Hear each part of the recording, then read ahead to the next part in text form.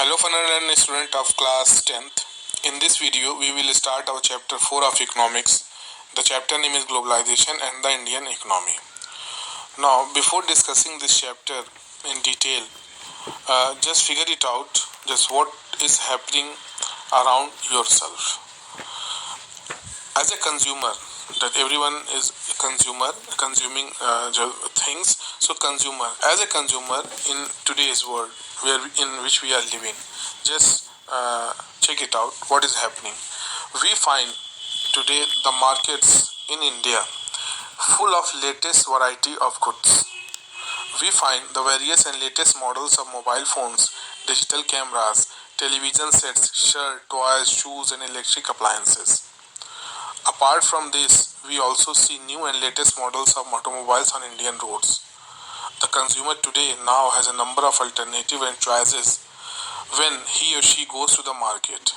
There is a total transformation in the market as compared to what it was 20 or 30 years back.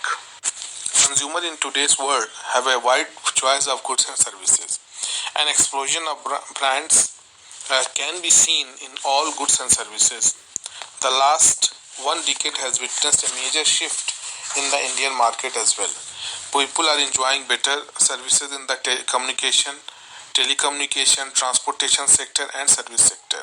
And many food processing and electronic companies are offering better quality products to the consumer at the cheaper rates. This is all happening around yourself. You can easily feel it, as you are all aware about that. But question is that, have you ever thought what led to this rapid transformation of the markets? What are the factors that are bringing about these changes that has happened? So these are the questions leads to the answer, leads to the topic, that is globalization and the Indian economy. So what is globalization and how it has impacted the Indian economy?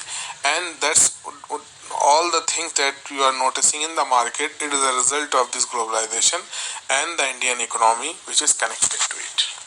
Now, before understanding the globalization and multinational corporation, first let's take what is production across countries. What is the production that is happening across the countries? Until the middle of the 20th century, production was organized within countries. That is not outside the country, confined to within the countries. Even in our country, most of the production was in the hands of the government. But with the entry of MNCs, multinational corporations, the whole world market has changed. Now first take it, what is MNC? MNC is a company that owns or controls production in more than one country. I am repeating, MNC is a company that owns or controls production in more than one country. For example, Pepsi, Samsung, Onida, GlaxoSmithKline, Ponds, LG, etc.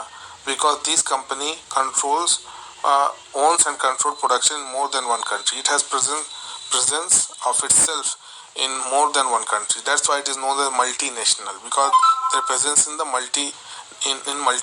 That's why it is called as multinational corporations.